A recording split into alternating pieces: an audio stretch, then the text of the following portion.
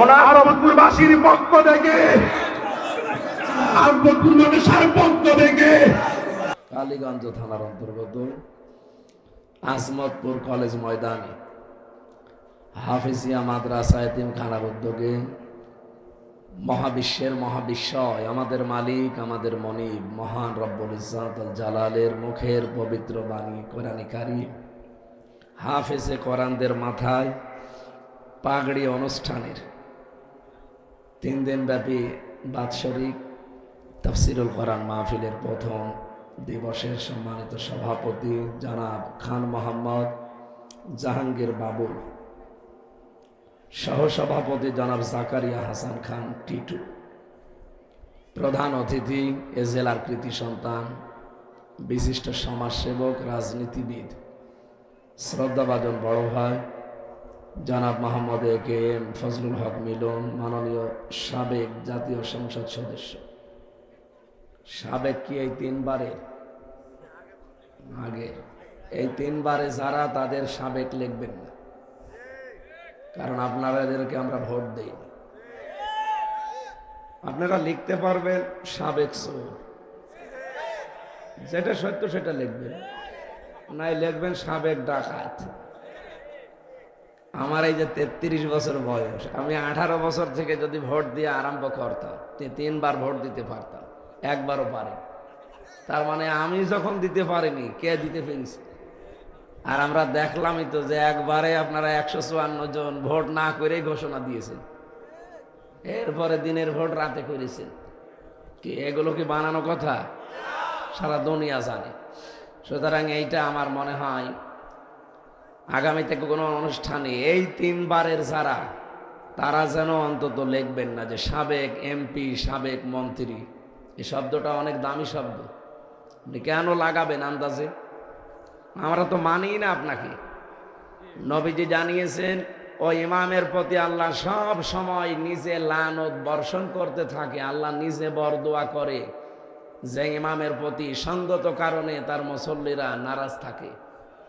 এই ইমাম মানে শুধু মসজিদের ইমাম না, এই ইমাম মানে বাংলাদেশে 1628টা চেয়ার আছে। এই ইমাম, কথা বোঝেন? 1628টা চেয়ার ছিল এই দেশে। যারা এই চেয়ারগুলোতে ছিল তারা আমাদের ইমাম, তারাই এই দেশ চালায়। সুতরাং ওই সমস্ত ইমামদের প্রতি এ দেশের মানুষ আমরা যারা, আমার মনে হয় 100 জনের প্রায় অন্তত 70 জন নারাজ ছিলাম। যেখানে ইমামের প্রতি 1 জন নারাজ হলেই তার ইমামতি করা ঠিক না, দায়িত্বে থাকা ঠিক না। আর আমরা 100 জনের 70 জনই নারাজ। জোর করে ইমামতি যতদিন করেছে ততদিন আল্লাহর বরদোয়া।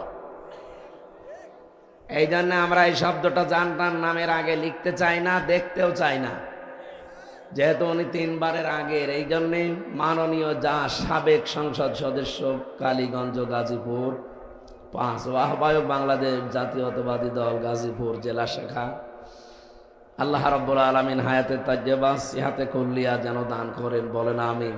সম্মানিত উদ্বোধক জনাব আলহাজ বদরুল আমিন খান, বরেণ্য অতিথি হিসাবে উপস্থিত আছেন জনাব আকামা মোফাজ্জল হোসেন, সাবেক চেয়ারম্যান জাঙ্গালিয়া ইউনিয়ন পরিষদ। এই সাবেক কি ওই সাবেক? ঠিক আছে, এটা ঠিক আছে, কারণ চেয়ারম্যানও আমি মানি না, ওগুলো। এরপরে উপস্থিত আছেন আলহাজ ইমাম উদ্দিন খান, জনাব হাবিবুর রহমান খান। যত আলেমের নাম আর অতিথির নাম দিয়েছেন, এমনি সময় কর। আমরা অন্তত নামাজ যখন শুরু হবে তখন শেষ করব, 1:30 পর্যন্ত থাকবেন তো এখানে, নামাজ পড়ে তারপরে বিদায় নেবেন। আমরা তো 10টা 10 থেকে সে ছাদের ওপরে বসে আছে, হেলিকপ্টার না আসলে আমরা কি করব? না 30 পর্যন্ত। যাই হোক, ওখানে না হলো এটা আগে শেষ করি, তারপর যেটা ধরলাম সেটা শেষ করি, পরেরটা না পাই দেখবেন। মঞ্চে বসা সম্মানিত ব্যক্তিবর্গ, আমি গাজীপুর জেলাকে এমনিতেই বেশি ভালোবাসি, কিন্তু এই 2 দিন একটু মনটা খারাপ। মানে আপনাদের এই গাজীপুরের একটা অবৈধ মেয়র, উনি কি হুমকি দিয়েছেন দেখেননি? যে যারা আমাদেরকে চলাফেরা করতে দেয় না দিনে, তাদের রাতের ঘুম আমরা কেড়ে নেব। আপনি মানুষ, এতদিন তো বহু মানুষ আপনাকে ভালো মানুষ বলতো, আর আপনার চরিত্র এই, আপনি কি করেছেন তলে তলে সবাই জানে দেশে। এই কথা বলে না কেন? 5 তারিখের আগে বিএনপির যে সমাবেশে লাঠি সোটা নিয়ে খিচুড়ি রান্না করে গরু জবাই করে খাবার পাঠিয়ে এইটা যে ভঙ্গ করেছিলেন, তার ভেতরে আপনি একজন। আপনার চরিত্র মানুষ এখন জানি, আর ওদের চরিত্র সবারই ওই একরকমের। এই জেলায় একজনের বাড়ি ওই যে কি মোজাম্মেল হক, অকর্মা মোজাম্মেল, আকাম মোজাম্মেল। আসলে এই লোকটা কি কাজ করে, বেকার বেকারের একটা দায়িত্ব দিয়ে খালি টাকাগুলো খেয়েছে। এই জন্যে এই 15.5 বছরে যারা এমপি ছিলেন, মন্ত্রী ছিলেন, বাংলাদেশের টাকা যারা ভাতা নিয়েছেন টাকাও ফেরত দেওয়া লাগবে, নয়তো আপনাদের কোনো মাপ নেই। ফকলা করে ফেলেছেন দেশটাকে একেবারে। যে সমস্ত সম্মানিত শব্দগুলো আছে আল্লাহ নিজে বানিয়েছেন, এই শব্দগুলো কিন্তু যেখানে সেখানে লাগানো যাবে না। বিশেষ করে শহীদ, এই শব্দটা যেখানে সেখানে আজ আমরা লাগিয়ে দেই না। শহীদ জিয়া নামটা শুনলে আগে শহীদ চলে আসে।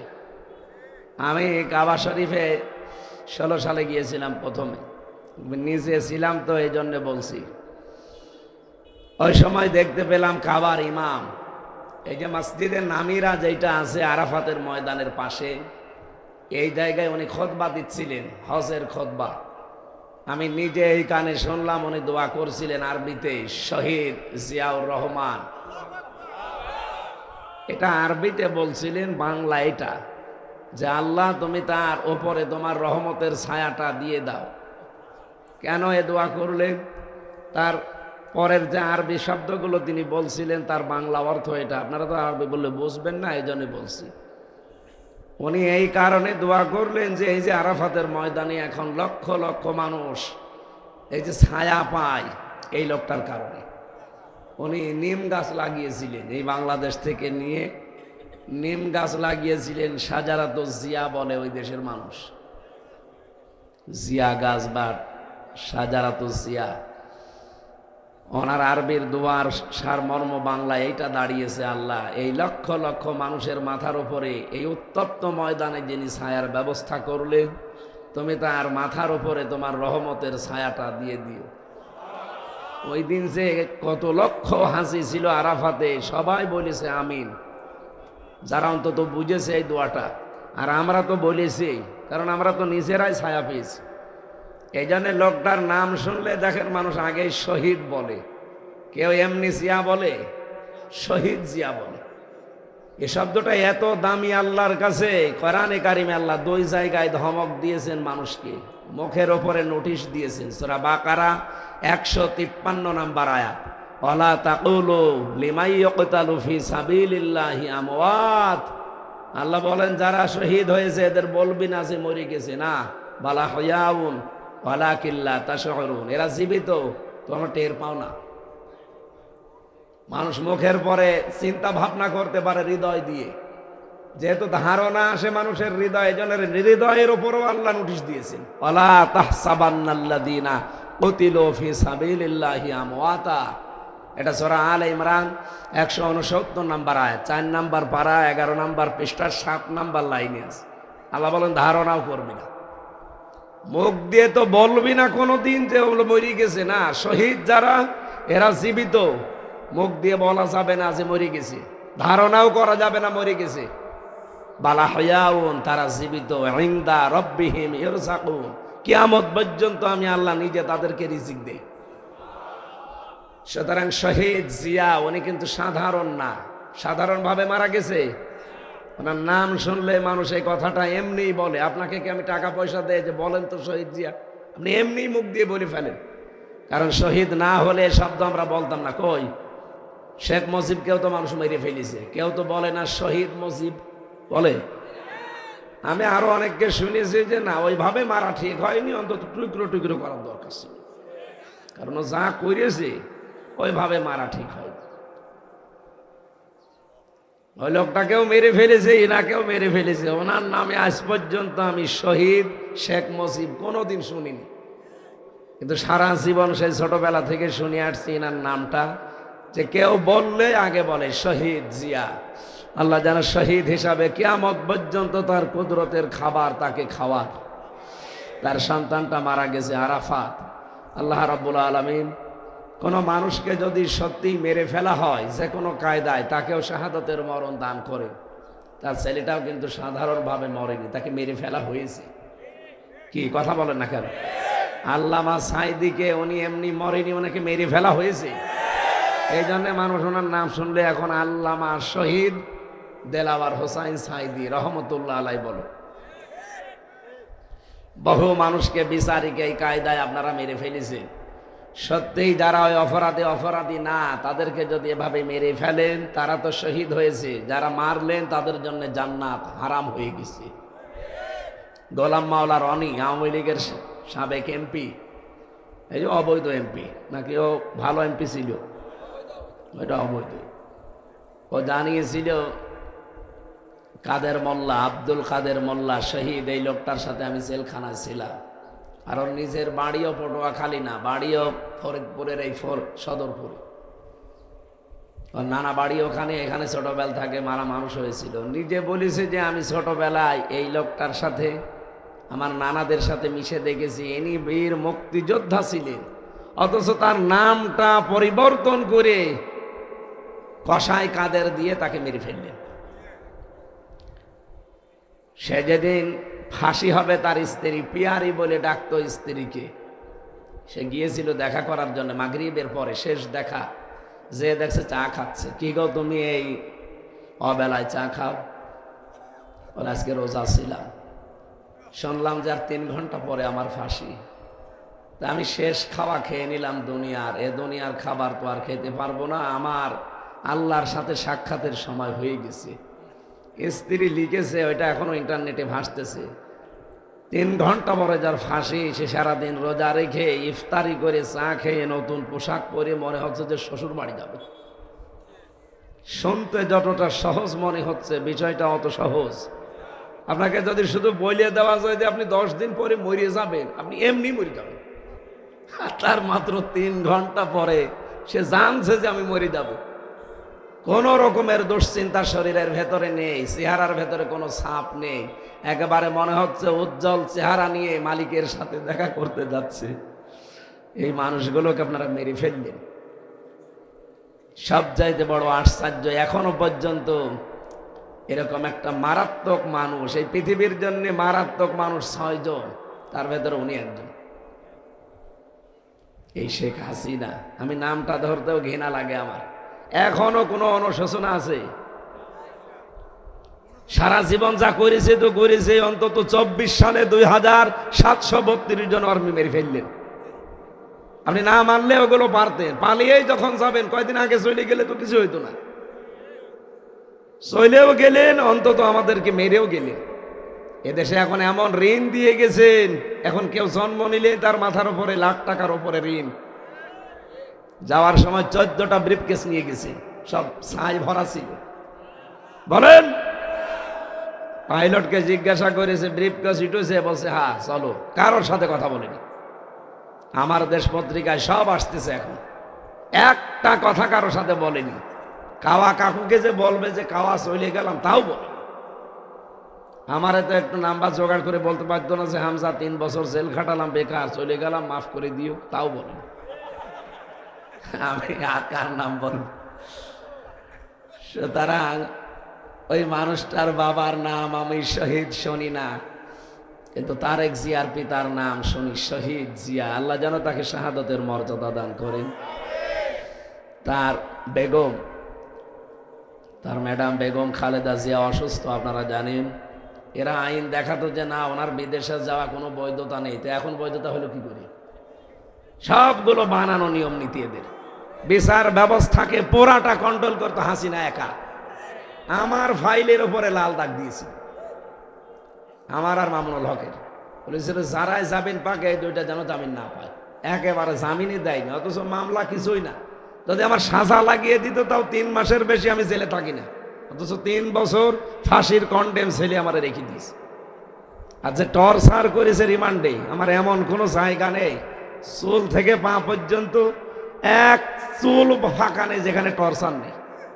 শরীরে জামা কাপড় খোলা যায় না, এই যে কণ্ঠ শরীর সব নষ্ট করে দিয়েছে শয়তান। এখন আয়না ঘর আবিষ্কার হয়ে কত কিছু দেখা যাচ্ছে না। আমি নিজে রিমান্ডে দেখেছিলাম, এবার চেয়ারে বসিয়ে দেয়। এটা তো বৈদ্যুতিক চেয়ার দেখতে পাচ্ছেন, এখানে শক দিলে কাঁপে। আর আমার যে চেয়ারে নিয়েছে তো চেয়ারে ভাবে বসিয়ে ক্লিপ দিয়ে আটকিয়ে দিত, পায়ের সাথে হাতের সাথে গলার সাথে। ওদের কাছে এমন মেশিন আছে হাতের আঙ্গুল আর পায়ের আঙ্গুলের সাথে মিল করা, ওটা নিজে আমি দেখেছি। ওরা এভাবে নিয়ে খালি টিপ দেয়, একবারে আপনার 10টা আঙ্গুলের এই যে নখ খুলে চলে যাবে। শুধু নখ খুলে আসলে তো বাঁচা যায় না, ওর উপর আবার লবণ ছিটিয়ে দেয়। আর এই যে বসে আছে চেয়ারে সব তো আটকানো, শুধু একবার সুইচ টিপবে 1 মিনিটে 120 বার ঘুরবে। আপনি 1 মিনিট পরে মনে হবে 3-4টে দুনিয়া দেখতে পাচ্ছে। এই ছিল এদের অবস্থান। উনি তো হালকা পাতলা দিয়েছে, আর আমি নিজে, উনি তো ছিল, আমি বাস্তবে সব দেখে এসেছি। আমার উপরে ওগুলো গেছে, এখন আমার নিজের মনে হলে ভয় লাগে। সম্মানিত ভাইরা, আমরা ওই সমস্ত অবস্থাগুলো আর সামনে দেখতে চাই না। দুনিয়া যা হয়ে যায় যা কয় না, অন্তত আয়না ঘর যেন সামনে আর কেউ তৈরি করতে না পারে। মানুষ যখন অপরাধের সীমা ছাড়িয়ে যায় তখন তার অনুশোচনা বোধ আল্লাহ বন্ধ করে দেয়। ইন্নামা নুমলি লাহুম লিয়াজদাদু ইসমা ওয়া লাহুম আযাবুম মুহিন, সূরা আলে ইমরান 168 নম্বর আয়াতের শেষের অংশে আছে।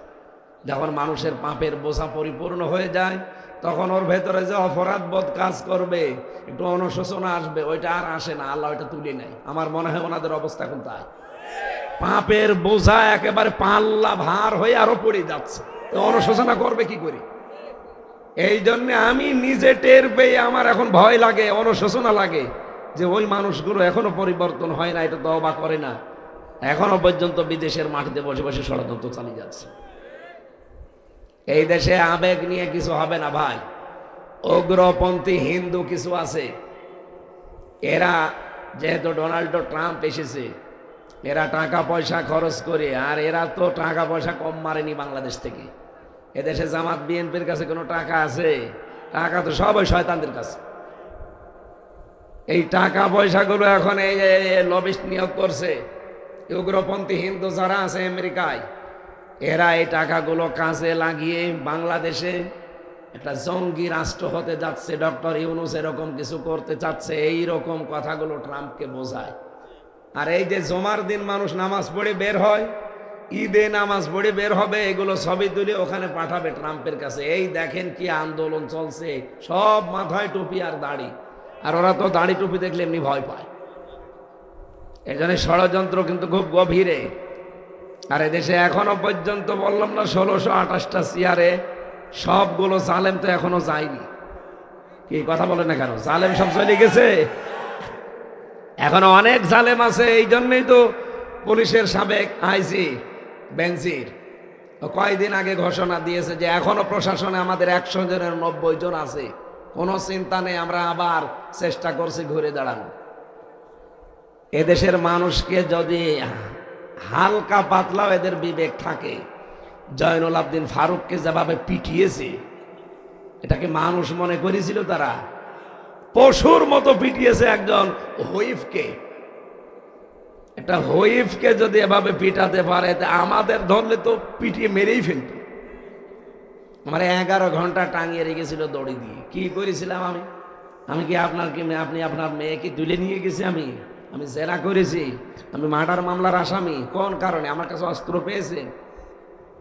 এই সবগুলো হিংসার বশবর্তী হই। এই মানুষটার ভেতরে এত হিংসা, যার উপরে ওই যে সুরঞ্জিত বাবু বলেছিল না যে বাঘে ধরলে ছাড়ে, ও হাসিনা ধরলে ছাড়ে না। আসলে তাই, খালেদা জিয়াকে ধরেছিল তো এই কারণে যেতে দেয়নি। এখন দেখেন ঠিক মতো গেছে, অন্তত ম্যাডাম এখন সুস্থ, আবার যেন সুস্থ হয়ে দেশের মাটিতে ফিরে আসে। তার ছেলেটা অনেক দিন বাইরে, আল্লাহ যেন তাকেও ফিরিয়ে নিয়ে আসে, বলেন আমিন। আমি বহুদিন তারেক জিয়া সাহেবের পিএস অপু ভাইয়ের সাথে ছিলাম, 3 বছর একাধারে। তার কাছ থেকে আমি যা পেয়েছি বলার মতো না। এই জন্যে বিভিন্ন অনুষ্ঠানে এবং তাহাজ্জুদের নামাজেও আল্লাহর এই বান্দার জন্য আমি দোয়া করি মন থেকে, আল্লাহ অপু ভাইকে যেন সত্যিই মাফ করে দেয়। সম্মানিত ভাইরা, আমরা আজকে আপনারা লিখে দিয়েছেন সূরা লোকমানের 2য় রুকু থেকে আমার আলোচনার বিষয়। এখানে দেখলাম প্রত্যেকের আলোচনা আলাদা আলাদা দিয়েছেন বিষয়গুলো। হ্যাঁ, আমরা নির্ধারিত বিষয়ে কথা বলছি। এবার সূরা লোকমান কোন সূরা? এই পৃথিবীতে 3 জন মানুষকে আমার আল্লাহ সবচাইতে বেশি কালো বানিয়েছিলেন। এদের মতো কালো মানুষ দুনিয়ায় আর আসে না। 1 নম্বরে হযরত লোকমান, 2 নম্বরে হযরত বেলাল, 3 নম্বরে হযরতে মাহসা রাদিয়াল্লাহু তাআলা আনহু। এটা হযরত ওমর রাদিয়াল্লাহু তাআলা আনহুর বাড়ির কাছের মানুষ ছিলেন। তো এই 3 জন মানুষের মর্যাদা আল্লাহর কাছে এত বেশি হয়ে গেছে, চেহারার দিকে আল্লাহ তাকান নাই। ইন্নাল্লাহা লা ইয়ানজুরু ইলা সুওয়ারিকুম ওয়া আমওয়ালিকুম, অবশ্যই আল্লাহ তোমাদের চেহারার দিকে, সম্পদের দিকে তাকান না। ওয়ালাকিন ইয়ানজুরু ইলা কুলুবিকুম ওয়া নিয়াতিকুম, আল্লাহ অবশ্যই তোমাদের চেহারার দিকে তাকান না, সম্পদের দিকে তাকান না। আল্লাহ তাকান শুধু তোমাদের কলবের দিকে। কার কলবটা কত পরিষ্কার আছে আল্লাহ এইটা দেখতে চান, আর কার নিয়ত শুদ্ধ আছে এইটা আল্লাহ দেখতে চান। যে 3 জনের নাম বললাম, হযরতে বেলাল, হযরতে মাহজা আর লোকমান, 3 জনের চেহারা ছিল কালো, অন্তর ছিল ধবধবে সাদা। আর সাদা অন্তরের মানুষগুলোকে আল্লাহ তার বানানো জান্নাত দান করবেন। আল্লাহ যেন আমাদের অন্তরকেও ধবধবে সাদা বানিয়ে দেন হযরতে বেলালের মতো, বলেন আমিন।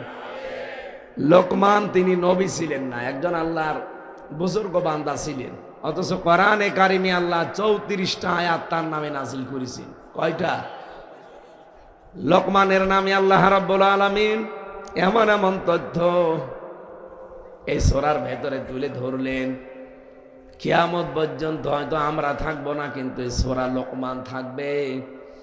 আজ 1400 বছর তার আলোচনা চলছে, মানুষ এখান থেকে অনেক শিক্ষাও নিচ্ছে। কিয়ামত পর্যন্ত যারা আসবে তারা সূরা লোকমান থেকে শিক্ষা নিতেই থাকবে। কি করেছিলেন তিনি? আল্লাহ পাক এবার বর্ণনা দিচ্ছেন, ওয়ালাকাদ আতাইনা লোকমানাল হিকমাতা আনিশকুর লিল্লাহ, অবশ্যই আমি আল্লাহ লোকমানকে জ্ঞান দিয়েছিলাম, হিকমত দিয়েছিলাম, আনিশকুর লিল্লাহ, আর বলেছিলাম যে আমি আল্লাহর শুকরিয়া আদায় করো। এখান থেকে শিক্ষা পাওয়া যায়, যারা জ্ঞানী তারা আল্লাহর কাছে মাথা নত করে। তাহলে ওইটাই আসল জ্ঞান, যে জ্ঞানী আল্লাহর কাছে মানুষকে ছোট করে দেয়। আর ওইটা জ্ঞান নয় যে জ্ঞানের কারণে মানুষ অহংকারী হয়ে যায়। আনিশ করলে কোন মানুষ যদি অমাইয়াশকর ফাইন্নামা আয়াশকরু লিনাফসি, কেউ যদি শুকরিয়া আদায় করে, ছোট হয় আল্লাহর কাছে, সে যেন তার নিজের জন্যই শুকরিয়া আদায় করে, তার নিজের জন্যই ভালো করে। রব্বুল আলামিন সূরা আর-রুমের ভেতরে 44 নম্বর আয়াতের শেষের দিকে এটা পাবেন, অমান আমিলা সলিহান ফালিআনফুসিহিম ইয়ামাহাদুন, কোন মানুষ যদি দুনিয়ায় ভালো কাজের আঞ্জাম দেয়, সৎ কাজ করে, নেক কাজ করে, সে যেন নিজের জন্য তার জান্নাতের আবাস তৈরি করে রাখে। বলেন সুবহানাল্লাহ। এজন্য আমরা যে জ্ঞানী এটার প্রমাণ হবে যদি আমরা আল্লাহর শুকরিয়া আদায় করি। কার? আমান কাফারা, কেউ যদি কুফরি করেন, ফাইন্নাল্লাহা গনিয়্যুন হামিদ, আমার আল্লাহ পাকের কোনো ক্ষতি নেই, তিনি ছোট হবেন না, তার কোনো সমস্যাও নেই, কারণ তিনি গনি, তিনি হামিদ, তিনি একদিকে প্রশংসিত আর একদিকে তিনি ধনী। আমরা আল্লাহর প্রশংসা না করলে তার ক্ষমতা কমে যাবে, বিষয়টা এরকম। বলেন, শুকরিয়া আদায় করছি তো আমার নিজের উপকারার্থে, তার শুকরিয়া আদায় করব আমার নিজের জন্যে, কারণ যত বেশি শুকরিয়া আমার আমলনামায় থাকবে, তত বেশি জান্নাতের ভেতরে আমার শান্তির নিবাস তৈরি হবে। হযরত লোকমানের এখান থেকে তাহলে প্রথম শিক্ষা পেলাম কি? জ্ঞানী যারা হবে মানুষগুলো আল্লাহর কাছে ছোট হবে, এদের ভেতরে অহংকার জায়গা পাবে না। সুতরাং এই যে 15.5 বছর আমরা দেখেছি কি অহংকার নিয়ে তারা কথা বলতো, কি দাপট তাদের। সব চাইতে আমি বেশি এর আগে বসতাম না রিমান্ডে। 20 সাল থেকে বহুবার ওরা আমার রিমান্ডে নিয়ে গেছে। 20 থেকে এই 23-এর একেবারে ডিসেম্বরের 8 তারিখ পর্যন্ত এই 3টা বছর আমি দেখেছি এ মানুষগুলো যারা দায়িত্বে ছিল তাদের অহংকার কি, তাদের বড়ত্ব কি। কাউকে তারা মানুষই মনে করতো না। আমি যাই হই, কারেন্ট চলে গেল, একটু লাইনটা দেন।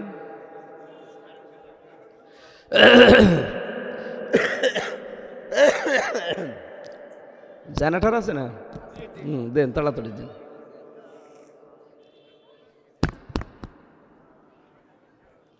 ওখানে একজন বসিয়ে রাখতে পারেননি? ঠিক আছে।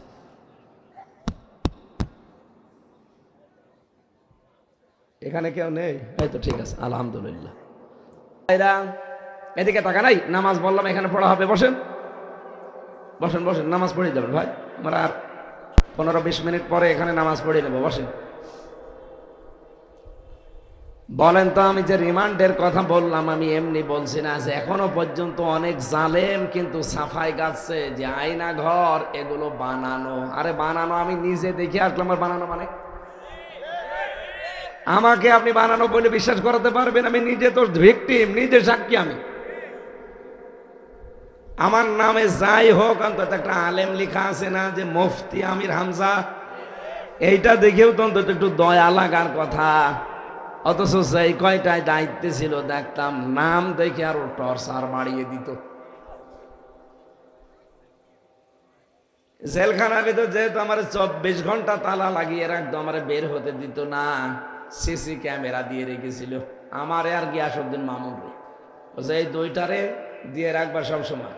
ওরা আবার ওই মনিটরিং করে দেখতো উপর থেকে আমাদের সাথে কেউ কথা বলে কি। এক কারারক্ষী আসলো, নাম দেবদুলাল। চিন্তা করলাম ও সাঁতা তো আলেম সালেম কিছুই বোঝে না, সারাদিন তো আমার তালা মারি রাখে। একটু বলি যে একটা বই নিয়ে এসে দিন। বললাম যে স্যার একটা বই নিয়ে এসে দিতে পারেন না? সারাদিন বসে থাকে, কিছুই নেই। বলছে ঠিক আছে, কালকে একটা বই নিয়ে এসে দেবো। আল্লাহ, বই নিয়ে এসে দিয়েছে বঙ্গবন্ধুর আত্মজীবন। ও ছাতা পড়ে কি করবো? না, এ বই না, ভালো বই নিয়ে আনবে। পরের সপ্তাহে বই নিয়ে এসে দিয়েছে বঙ্গবন্ধুর ছেলেবেলা। আমি গরম দিলাম যে আপনি আর বই পান না, কি বই নিয়ে আসেন? ঠিক আছে, এর ভালো বই আমার কাছে আছে। লাইব্রেরি থেকে নিয়ে এসেছে বঙ্গবন্ধু সিন সফর। না, এসব বই না নিয়ে আপনাকে আমি তালিকা দিচ্ছি, এই বই নিয়ে এসে দিন। কি বই চান আপনি? বললাম আমার ফাঁসি চাই, মতিয়ার রহমান রিন্টুর লেখা। এই বই আছে? বলছে ওই বই পড়তে নেই। পড়তে নেই, ওইটাই নিয়ে আসেন। আমি মেজর ডালিম বলছি এই বইটা নিয়ে আসেন। আরো কয়েকটা নাম বলেছিলাম, একটা বইও নিয়ে এসে দেয়নি। কয়েকদিন পরে দেখলাম এক কারারক্ষী পেয়েছি মুসলমান। দেখলাম এরে দিয়ে একটু কিছু হতে পারে। বললাম যে ভাই একটা তাফসির এনে দেন। আল্লাহর ইশারাও 2টা তাফসির নিয়ে এসেছে চুরি করে। একটা হচ্ছে ফি জিলালিল কোরআন আর তাফহিমুল কোরআন। এই পৃথিবীতে তাফসিরের জগতে 42টার উপরে আছে। সবচাইতে বেশি ভালোবাসি আমি এই 2টাকে, আর এই 2টাই আল্লাহ মিলিয়ে দিয়েছে। তা আমি যেটা বলছিলাম, এই যে মানুষগুলো অন্তত আলেম দেখে, হাফেজ দেখে একটু নরম হওয়া, আর যে গালি গালাজ করলো রিমান্ডে, আমার মা বাপ তুলে তো দিয়েছে। এই জন্য এদের যে অহংকার একেবারে সীমা ছাড়িয়ে গিয়েছিল, এরা আর সীমানার ভেতরে ছিল না। এই জন্য আল্লাহর আয়াত হচ্ছে ওয়ালাহুম আযাবুম মুহিন। এরা যখন সীমা ছাড়িয়ে চলে যায় তখন আমি এদেরকে অপমানজনক শাস্তি দিই। কি অপমান করেছে আপনি টের পেয়েছেন? সীমা ছাড়িয়েছিল, এই কারণে বলছি। বহু মানুষের বাড়ি ঘর এরা ভেঙে দিয়েছে। আপনি সাতক্ষীরায় যান, চাঁপাইনবাবগঞ্জে যান, বুলডোজার দিয়ে বহু মানুষকে তারা বাড়ি ঘর মাটির সাথে মিশিয়ে দিয়েছে ক্ষমতায় থাকতে। এই জন্য আল্লাহ এখন আযাবুল বুলডোজার নাজিল করেছে। আযাবুল বুলডোজার নাজিল হয়েছিল না কয়দিন? আমার কুষ্টিয়ায় হানিফের বাড়ি একেবারে মাটির সাথে মিশিয়ে ফেলেছে। এবার ধানমন্ডির 3200 এ যে গজব এসেছিল, কোন গজব? আযাবুল বুলডোজার। এখন প্রমাণ হচ্ছে বাড়িটা বঙ্গবন্ধু 1961 সালে, এটা খাস জমি। আপনি কেন এইভাবে বাড়ি করলেন? সুতরাং এ জমি যেন খাস ছিল, খাসি হয়ে যায়। এক কাপড়ে 40 বছর যে মহিলা বাস করলো এক বাড়িতে, তারে এক কাপড়ে আপনি বের করে দিলেন। সারা দুনিয়া ওই দিনকেই দিছে ম্যাডামের কান্না দেখে, কিন্তু ওনার মনে কোনো কান্না না, আরো ওই দিন অট্ট হাসি এসেছে। আবার বক্তব্য দিয়েছে ওনারে আমি বের করে দেব, এই সিদ্ধান্ত আগেই নিয়েছিলাম। বলেন নাউজুবিল্লাহ।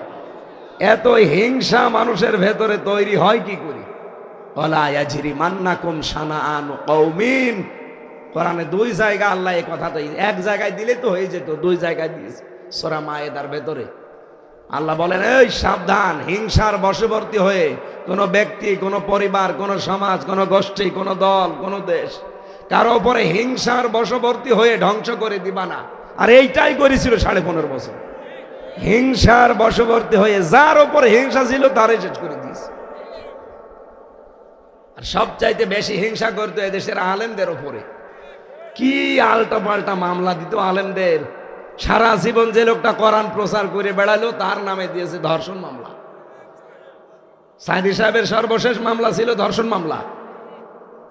যে মহিলাকে সাজিয়ে নিয়ে এসেছিল অ্যাডভোকেট তাজুল ইসলাম জিজ্ঞাসা করছে যে মা, আপনাকে কি আল্লামা সাইদি ধর্ষণ করেছে? বলছে জি হ্যাঁ। আপনার জন্ম কত সালে জন্ম আপনার? 1975 সালে। 1975 সালে আপনার জন্ম, আর উনি আপনাকে 1971 সালে ধর্ষণ করেছে। একে রুহের জগতে। তখন অ্যাডভোকেট তাজুল ইসলাম বলেছিল মাননীয় আদালতে পয়েন্ট একটু লেখেন, এর জন্ম 75 আর এর ধর্ষণ করেছে 71। এটা দুনিয়ায় না, রুহের জগতে। ওই দিনই তো মামলা ঢিসমিস হয়ে যাওয়ার কথা। এই কথা বলেন না কেন? অথচ শয়তান যে ছিল বিচারপতি কালামানিক, এটা বিচারপতি নামে একটা কলঙ্ক। আল্লামা সাইদি ওর নাম ধরে বরদোয়া দিয়েছিল যে আমার ইজ্জত নিয়ে যারা টানাটানি করলো, আল্লাহ যেন তাদেরকে বেইজ্জতি করে দুনিয়ায়। কলা পাতা শুয়েছে আল্লাহ। কথা বলেন। গলায় গামছা দিয়ে টেনে এনেছিল একটা সুপ্রিম কোর্টের বিচারপতি। এমনকি ওর বিসিয়ে উড়ে গেছে। হ্যাঁ, ওর বিসি নেই। কয়েকদিন আগে গাজীপুর কাশিমপুর কারাগারের পেছনে আমার মাহফিল ছিল। কারারক্ষে শুনতে এসেছে, দেখা করে বললাম কি হুজুর আপনি যে ঘরে ছিলেন ওই ঘরে ওই কালা মানিক রেখে গেছি। কিন্তু একটা দুঃখের খবর আছে, কি ওর বিসি নেই। ওর বিসি থাকার দরকার নেই। ও বিসি কি হবে? বহু বিসি দুনিয়ায় নষ্ট করেছে, ওর বিসি আল্লাহ এই কারণে উড়িয়ে দিয়েছে। এদের যার উপরে যতটুকু করেছেন ভাই বলছিলেন না, অতটুকু আপনার জীবনে যাবে। মানুষকে আপনি এক কাপড়ে বাড়ি থেকে বের করে দেন, বুলডোজার দিয়ে ঘর ভাঙেন। এখন আপনারটা কেমন লাগছে এখন বলেন? এখন তো এই দেশে শুনছে যে এখন লং মার্চ শুরু হবে নাকি গোপালগঞ্জে। এদেশের কোন চিহ্ন নাকি এদেশের জনগণ রাখতে চাচ্ছে না। এখন যদি সত্যি এটা শুরু হয়, যদিও এটা ঠিক হবে না, একজন মরে গেছে, যাক, শহীদ জিয়ার কবরটা পর্যন্ত তুলে দেওয়ার জন্য 15.5 বছর কত নাটক করেছিল না? এখন যদি ওই নাটক উল্টিয়ে আপনার উপরে আসে, বলেন আর উস্কানিতে পা দেবেন না কেউ। অনেকে গোপালগঞ্জের মতো বিভিন্ন সময় উনি উস্কানি দেয় আর পা দেয়। দেখেছেন আর্মিরা কি পিটানো পিটাচ্ছে? ডেভিল হান্ট আরম্ভ করেছে শয়তানের খোঁজে। শয়তান যা পাচ্ছে একেবারে খোঁজ করে নিয়ে আসতেছে, আর পেছনে যে দিয়া দেখছে লাল হয়ে যাচ্ছে। গোপালগঞ্জে ওই যে একবার দিয়েছিল না, উস্কানিতে পা দিয়ে ইউনূসের বিরুদ্ধে লিখেছিল, এমন দিয়া দিয়েছে আর্মিরা। ওই সময় শুনতাম গোপালগঞ্জ থেকে কেউ ঢাকায় আসলে 300 টাকা নেয়, বসে আসলে আর দাঁড়িয়ে আসলে 1000 টাকা।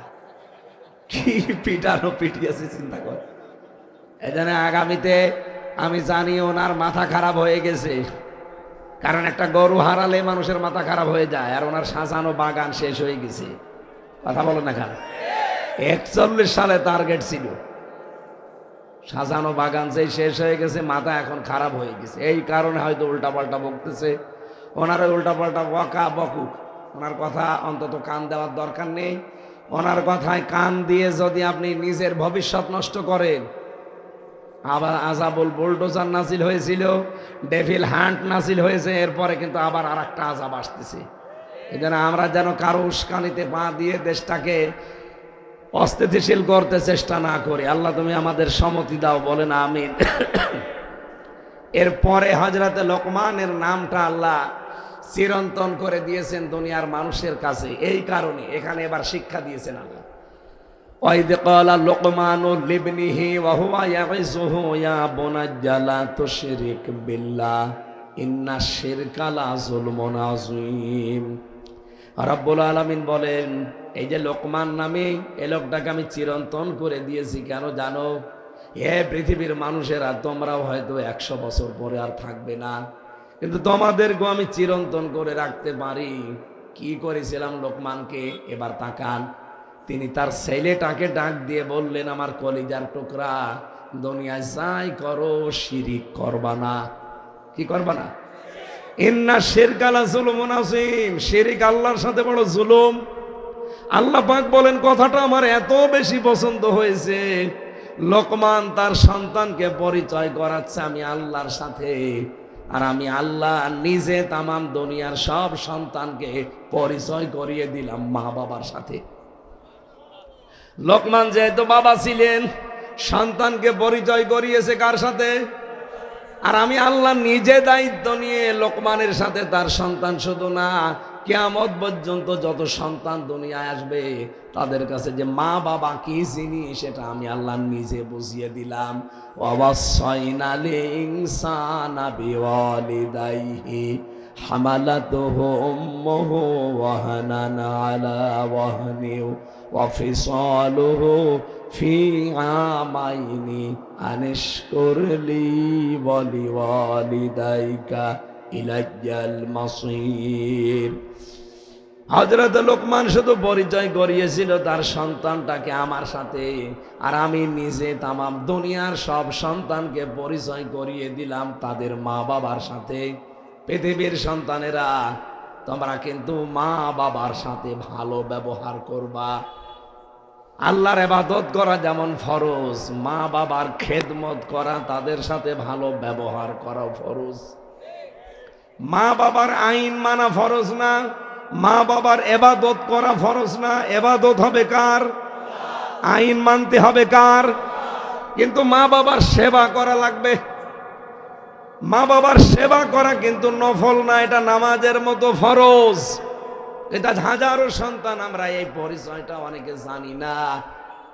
মা বাবার যে কি কষ্ট বিজ্ঞান এখন দেখাচ্ছে, একটা মানুষ সর্বোচ্চ 45 ইউনিট কষ্ট সহ্য করতে পারে শরীরে, কিন্তু মা আমার মুখ দুনিয়ায় দেখাতে গিয়ে 57 ইউনিট কষ্ট সহ্য করেছে।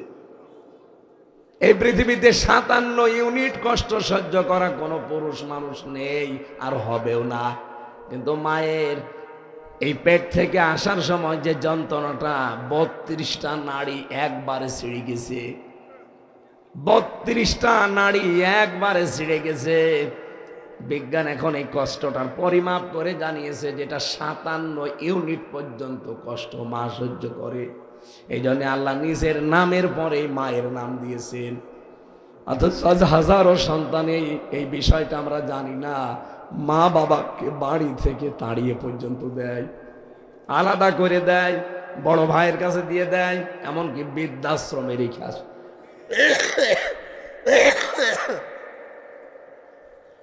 দুনিয়াতে যদি আপনি সম্মান চান, পৃথিবীর ময়দানে যদি মর্যাদাবান হতে চান, অর্থ সম্পদের মালিক হতে চান, মাস্ট বি আপনাকে মা বাবার সেবা করা লাগবে, তাদের বাধ্যগত থাকা লাগবে।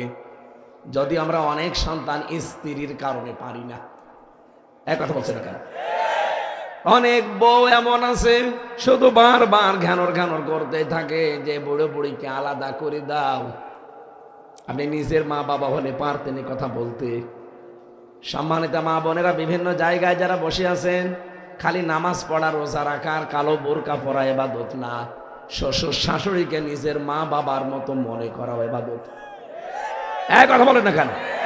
আর আমি নিজের স্বামী, আল্লাহর কসম করে বলছি, আমি সব স্বামীর পক্ষ নিয়ে বলছি, প্রত্যেকটা স্বামী আমরা চাই আমার স্ত্রী যেন আমার মা বাবার সাথে তার নিজের মা বাবার মতো আচরণ করে। সত্যিই কোনো বউ যদি স্বামীর মন 100 ভাগ পেতে চায়, সে যেন স্বামীর মা বাবার সাথে নিজের মেয়ের মতো হয়ে যায়। তাছাড়া জীবনও আপনি স্বামীর মন পাবেন না। হয়তো সামনাসামনি দেখানোর জন্য ভালো ব্যবহার করবে, তো ভেতরে ভেতর ওই স্বামীটা মানসিক রোগী হয়ে যাবে। এরকম মানসিক রোগী ছেলে আমরা নেই? কারা আছেন দেখি হাত তোলেন তো। বুড়ো মানুষ হাত তোলার দরকার নেই, আপনি আবার কার সাথে আলাদা হবেন। কয়েকদিন আগে আমি গিয়েছিলাম নীলফামারী, ওখানে নিয়ে গেল একটা বৃদ্ধাশ্রম দেখতে। যে দেখি এই কোলে 25 জন মা, এই কোলে 25 জন বাবা বসে আছে, প্রত্যেকের চোখের ভেতরে টল টল করছে পানি। আমি দুইজনের সাথে কথা বললাম, একজন বলছে হুজুর আমার ছেলে ডিসি, আর একজন বলছে আমার ছেলে আমেরিকায় থাকে। শুধু আমার বৌমার জ্ঞানের কারণে আমাদের কাছে 3 বছর রেখে গেছে। ওদের চোখের দিকে তাকিয়েই মনে হচ্ছে প্রতিটি মা বাবার সন্তানের জন্য বদয়া দিচ্ছে। আরে ভাই, তাদেরও তো আমার মতো ছেলে আছে, আছে না? দেখেছেন একটা ছেলে ডিসি, একটা জেলা চালায়, অথচ তার মা বৃদ্ধাশ্রমে 3 বছর পড়ে আছে। ছেলেরা কখনো চায় না মা বাবাকে আলাদা করে দিতে, মা বাবাকে বৃদ্ধাশ্রমে দিতে, বাড়ি থেকে বের করে দিতে। কিন্তু বাধ্য হয় আমরা অনেকেই বউর কারণে। যদিও গাজীপুরে এরকম বউ নেই। সম্মানিত মা বোনেরা, পুত্রবধূ যারা আছেন আপনাদের হাতে পায়ে ধরে বলছি না, নামাজে রোজা রাখা, কালো বোরকা পরা জীবনেও আপনি জান্নাত যেতে পারবেন না। পারিবারিক জীবনে আমাদের চাই এই সংসারটা ঠিক রাখা, নিজের মা বাবার মতো মনে করবেন। এখন যে জল্লাদ আছে, শাহজাহান জল্লাদের পরে ইলিয়াস, এই লোকটা কিন্তু শুধু মায়ের কারণে, মাকে জিনিসপত্র দিলে বউ রাগ করত। একদিন বলছে আমি সাবধান করার জন্য, সংশোধনের জন্য একটা চড় দিলাম, ও ছাতা মরে গেছে। তখন ওর মা বাবা মার্ডার মামলা দিয়ে আমার জেলে, এই যে 30 বছর আমার জেল, আমি ফাঁসির আসামি ছিলাম, এখন আমার 30 বছর জেল খাটা লাগবে, অন্তত 22 বছর তো থাকাই লাগবে। এই যে ফাঁসির দায়িত্ব পেয়েছি আমি, বলেন তো এই লোকটার কি খুব বড় অপরাধ? সে মা বাবাকে জিনিসপত্র দিত, তার বোনকে দিত, কিন্তু এই বউটা সহ্য করতে পারতো না। কি করলেন বউ? দুনিয়া থেকে আপনিও বিদায় নিয়ে চলে গেলেন, আরে স্বামীটাকে 30 বছর এখন জেল খাটাচ্ছে। মা বোনেরা, আমি আর বলতে পারলাম না কথা, এখন 1:30 বেজে গেছে। যেহেতু ওনারা তাড়াতাড়ি করছে, ওনাদের নির্ধারিত সময় তো, আর একটা অনুষ্ঠান ধরা লাগবে। আমার আজকের অনুষ্ঠান আছে ওই যে দেওয়ান সালাউদ্দিন বাবু, ওনার ওখানে সবাই, ওখানে এখন যাওয়া লাগবে, উনিও বসে আছে। আগামীতে আবার আসলে রাতের বেলা আসবো আপনাদের কাছে, দিনের বেলা আসলে গ্যাঞ্জাম হয়ে যায়।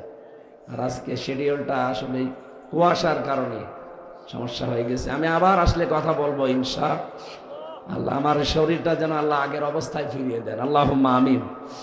লা ইলাহা ইল্লা আনতা সুবহানাকা ইন্নী কুনতু মিনাজ জালিমিন। রব্বুল আলামিন, তোমার যে বান্দায় মাহফিলের আয়োজনে আঞ্জাম দিয়েছে, তার মা বাবার জন্য সে দোয়া চেয়েছি, মেহেরবানি করে তার মা বাবাকে মাফ করে দাও। মাহফিলের সম্মানিত সভাপতি, সহসভাপতি, আমাদের প্রধান অতিথি ফজলুল হক মিলন ভাই সহ যত মানুষ এখানে এসেছে, আল্লাহ আমাদের জীবনের অপরাধগুলো মাফ করে আমাদের ওই জায়গাটা নেকি দিয়ে পাল্টিয়ে দাও রব্বুল আলামিন। আজকে অপু ভাইয়ের সাথে কথা বললাম, তিনি দোয়া চেয়েছে ম্যাডাম খালেদা জিয়ার জন্য। ম্যাডাম খালেদাকে তুমি আবার সুস্থ করে আমাদের মাঝে ফিরিয়ে দাও। তার সন্তানটাকে তুমি শহীদ হিসাবে কবুল করো, তার স্বামীকে তুমি শহীদ জিয়া হিসাবে সারা পৃথিবীতে পরিচিত করে দিয়েছো, তাকেও তুমি শাহাদাতের মর্যাদা দান করো রব্বুল আলামিন। জাহিদ ভাইয়ের মাধ্যমে আমরা এসেছি, তোমার ফয়সাল ভাই, ফয়সাল বান্দা সহ যত মানুষ এখানে মাহফিলের খেদমত করেছি, যার যতটুকু সমর্থ সে কাজে লাগিয়েছে, তোমার রহমত তার দিকে এগিয়ে দাও। মা বোনদেরকে তুমি খাদিজাতুল কুবরার মতো বানিয়ে দাও। আগামীতে অনুষ্ঠানটা আরো বড় করে কোরআনের প্রচারে মঞ্জুর করে নিও। জালেমরা এমন কোনো টর্চার নেই আমার এই 3.5 হাত বডির উপরে করে না, শরীরটা ধ্বংস করে দিয়েছে। আল্লাহ আইতা মারি দিত ফাহুয়া ইয়াশফিন, আমি অসুস্থ হলে তুমি শেফা দাও। তোমাকে আমি আবার বলছি, আমার শরীরটা, কণ্ঠটা ভিক্ষা দাও রব্বুল আলামিন। এই মাদ্রাসাটা কোরআনের জন্য কিয়ামত পর্যন্ত কায়েম রাখো। যারা হাফেজ হয়েছে কোরআনে কারিম সিনায় যেন মরণ পর্যন্ত রাখতে পারে। এলাকায় মাটির নিচে যত মানুষ আছে কোরআনের ইজ্জতে মাফ করে দাও। আমি সহ যারা অসুস্থ আমাদেরকে শেফায়ে কামেলা আজেলা নসিব করো। আলহামদুলিল্লাহি রাব্বিল আলামিন। লা ইলাহা ইল্লাল্লাহু মুহাম্মাদুর রাসূল।